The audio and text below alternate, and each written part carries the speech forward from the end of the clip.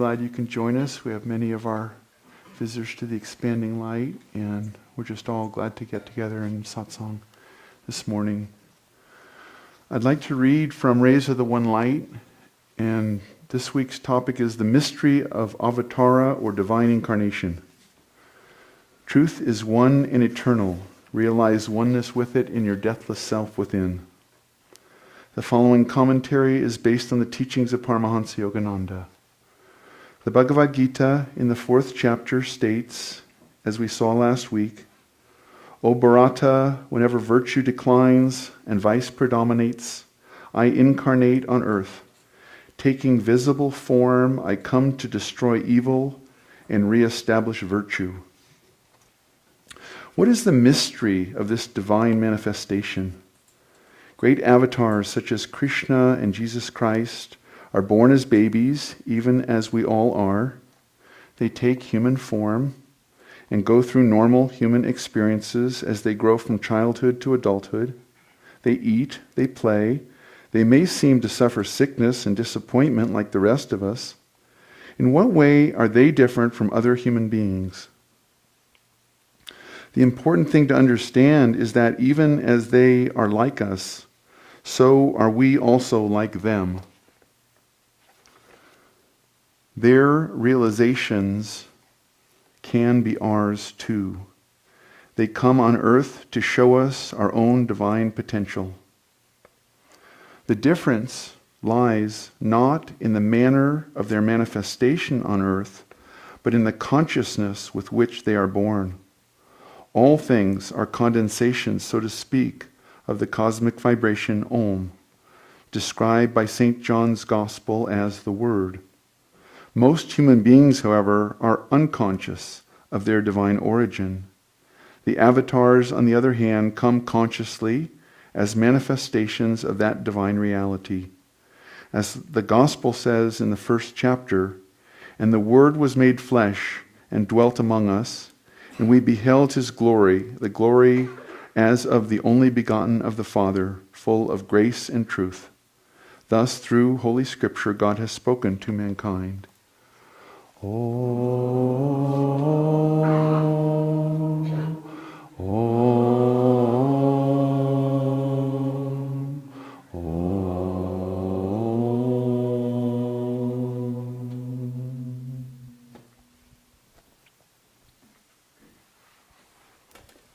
Did you bring your glasses? Yeah.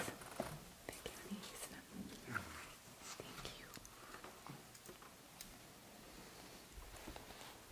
I'd like to read from Yogananda's Whispers from Eternity, and this is entitled God's Boatman.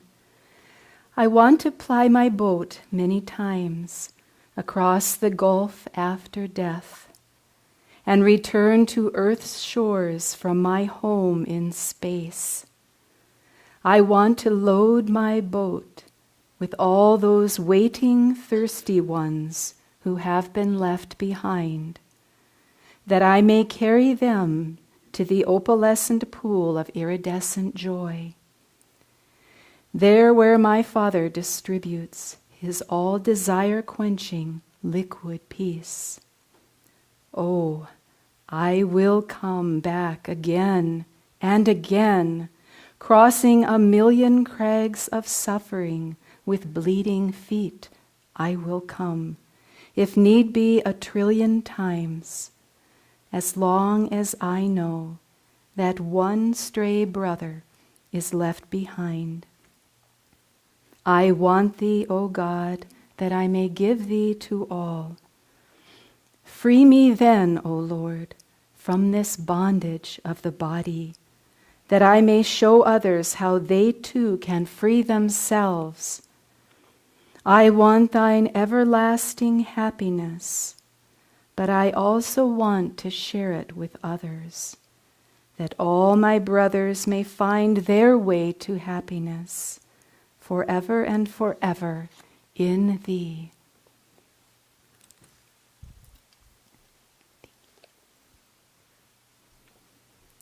I'd like to welcome everyone this morning.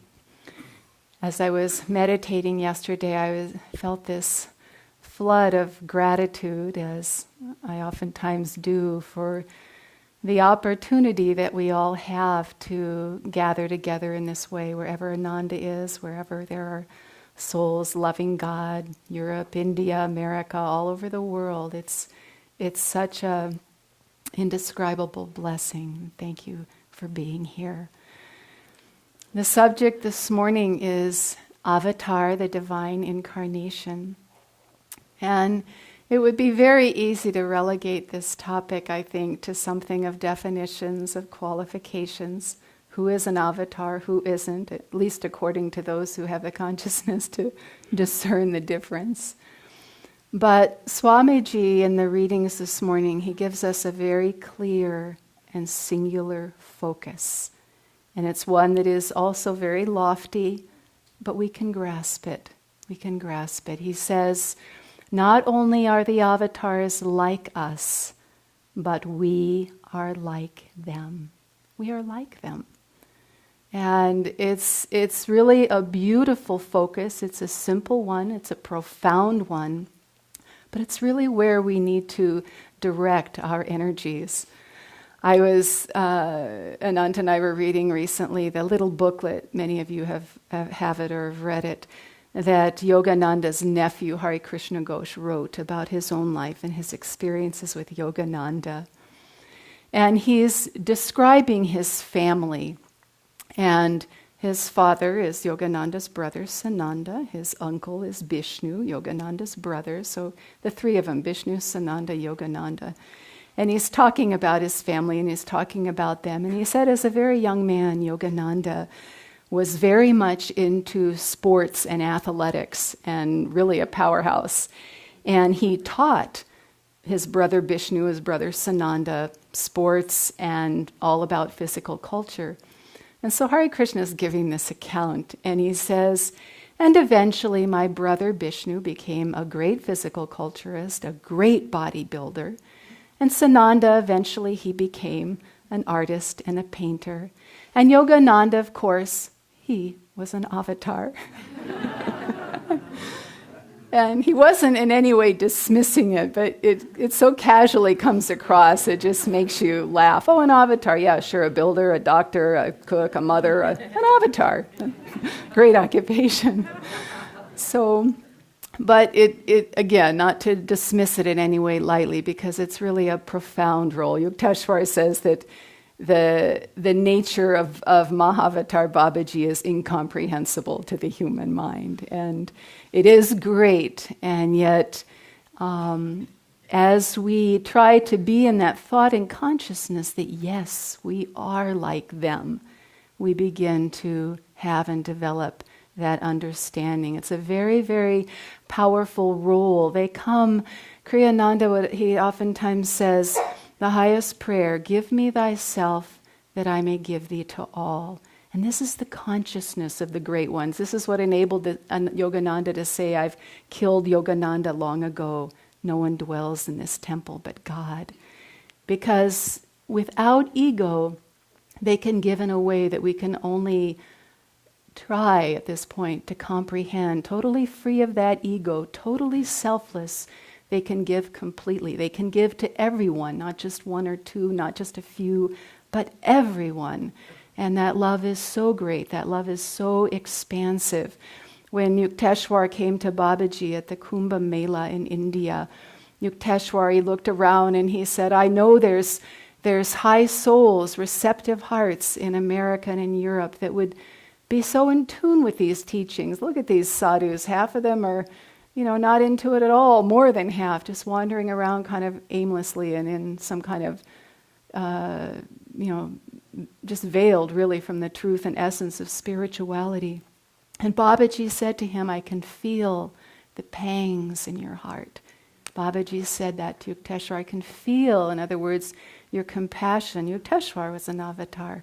So that selflessness that so desires in whatever way, any way, always to be an instrument for the divine and to give and to share with others. Just a tremendous, tremendous love and openness of heart.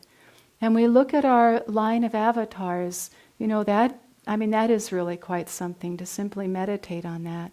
Our spiritual heritage, our line of gurus, all of them so close in proximity in time and space on the physical plane, and so yet very, very diverse, living, expressing the divine in so many different ways. Mahavatar Babaji and Jesus there in the Himalayas, again, nearly unfathomable. And their work and their great mission, because it's a great mission, it's a world mission. The avatars they come with a world mission because of that compassion, because of that selflessness. So their mission is global, it's universal, it's not just for this time, but it's for all time, it's for everyone. In the Festival of Light it says, many times has that light descended, drawn to earth by the call of aspiring love. So while at the same time they have this global world mission, And they are, in a sense, coming here to fix it. You know, the prayer has gone out, please make sense of this, fix it, make it better. But that is such a little part of it. It's that call, that love of the heart, of the human heart, that wins the response of God. And they come in response to that. They feel the pangs of our heart. They feel that love. And they come to lead us, living that human life, to lead us to God. And so our very avatars, such different roles. As I said, Babaji cries there in the Himalayas, meditating on the course of humankind, the evolution of human consciousness. Wow, what a daunting job description. And there they are. And then you've got Yukteswar, and a wealthy landowner. Most of us don't think of it in that way. But he inherited that. He had a family, he had a wife, he had children. And very few disciples. How does that figure in with a world mission? So very different. Lahiri, an accountant. That could be anyone in this room, a teacher, a mother, a parent, an accountant, someone who does books, also a householder, one with a family, responsibilities, all these differences. So nothing is left out. We can't point to them and say, you don't understand what I have to go through. You didn't have to raise a kid. You didn't have to do books all day with numbers and, or whatever it is that we might bring to the table. There's always some dialogue we've going on with God that, you don't know what it's really like for me. But that diversity in how they lived and how they expressed that divine aspect is for us to see the scope of human possibility. Yogananda, he founded a world religious organization. He talks a lot about how, that was not a job description he was particularly enamored of. And he had many talks with Divine Mother over it, but there he was, right in the thick of it. In the West is where Divine Mother gave him that work to do. You look at the life of Krishna, a warrior, a king. Yogananda too had that in his incarnations as an avatar, a king, a warrior, one who had to be out there in a physical way with weapons on the battlefield. So there's nothing that is excluded. There's no part of our life that they haven't done, that they haven't lived. The whole of the life between Krishna and Arjuna, its whole intent is to help us see that process of divine awakening, that we are those waiting, thirsty ones, those saints yet not quite yet awakened.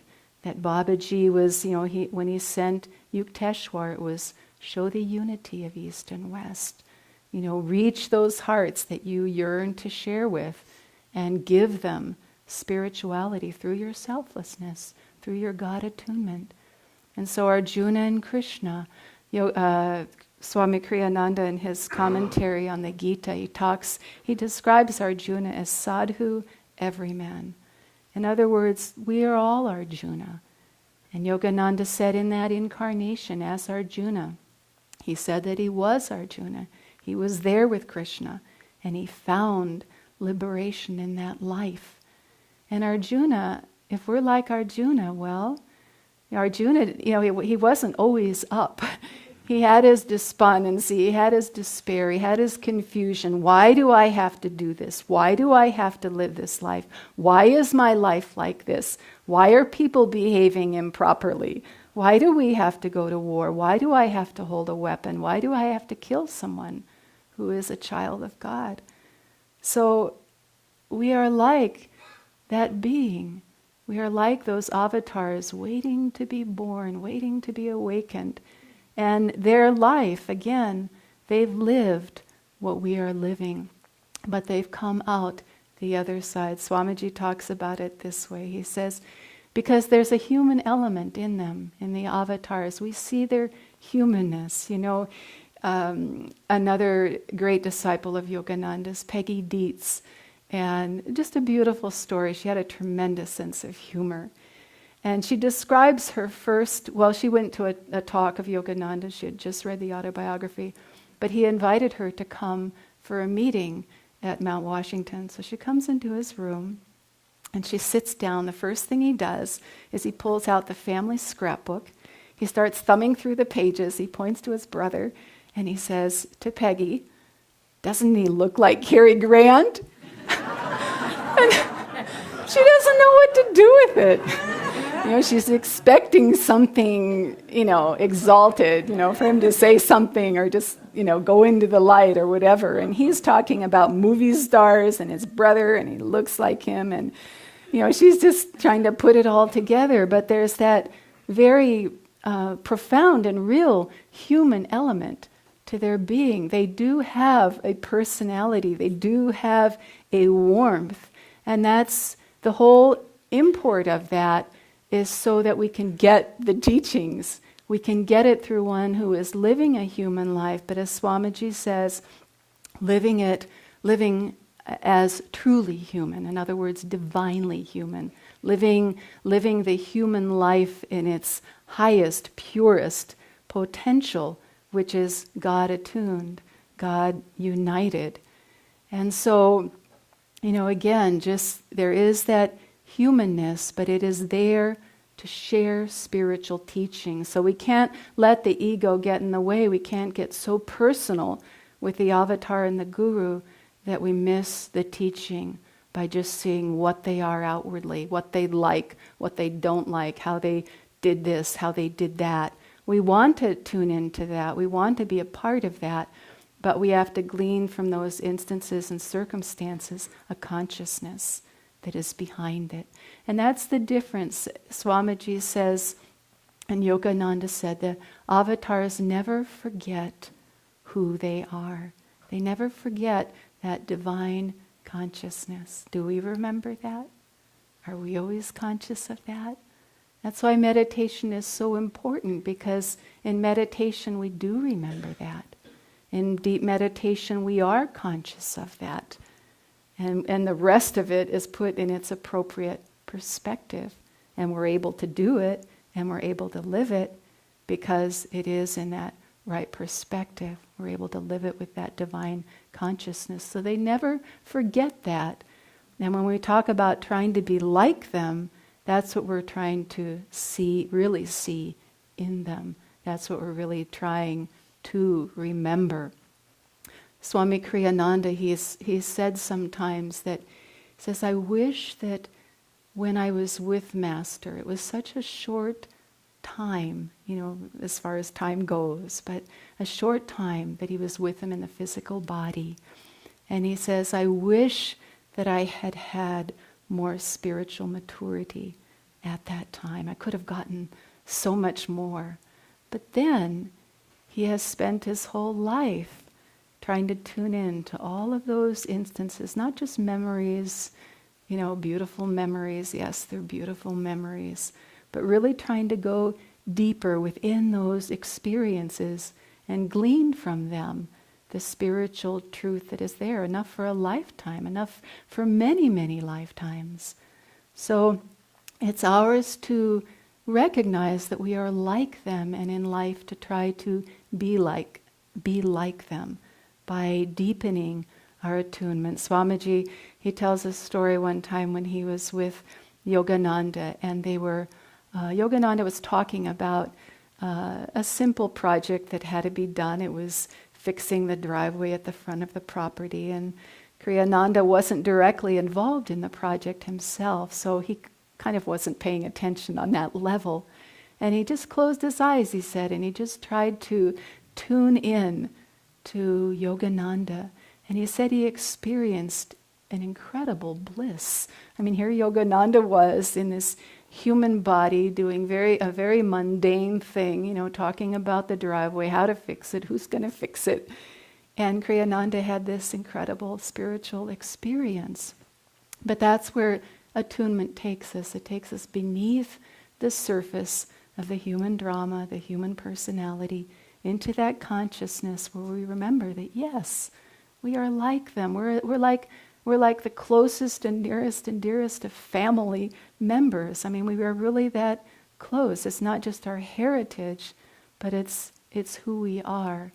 And so in trying to be like them, and trying to remember that likeness to deepen our attunement, as we read in the affirmation this morning, to share our spiritual experience, whatever it is. Give it freely. You don't have to go out there and talk about your, deep meditation states in an egoic way. I mean, that's not what I'm talking about. But give your bliss, give your joy, encourage others in their spirituality, whatever people are going through. If they're here anywhere, is what I really want to say. If anywhere where you see someone attuned and receptive to God and listening, really try to, it's not boosting them up egoically, but support and honor that spirituality in them, encourage that. We all need that, and we all thrive in that, because, again, not from an egoic place, but it's who we are, and we're yearning to remember that. We're yearning to know that, and to be a channel for that, to let that awareness flow through you, to let that divine power flow through you, because as we try to live that, it doesn't mean that we have to do it perfectly, but to make that simple, singular effort as much as we can. That's what is going to give us understanding. That's what's going to allow us to perceive really the purpose of Avatar. And the purpose of Avatar is that they're fully liberated. And we are very, very close to that.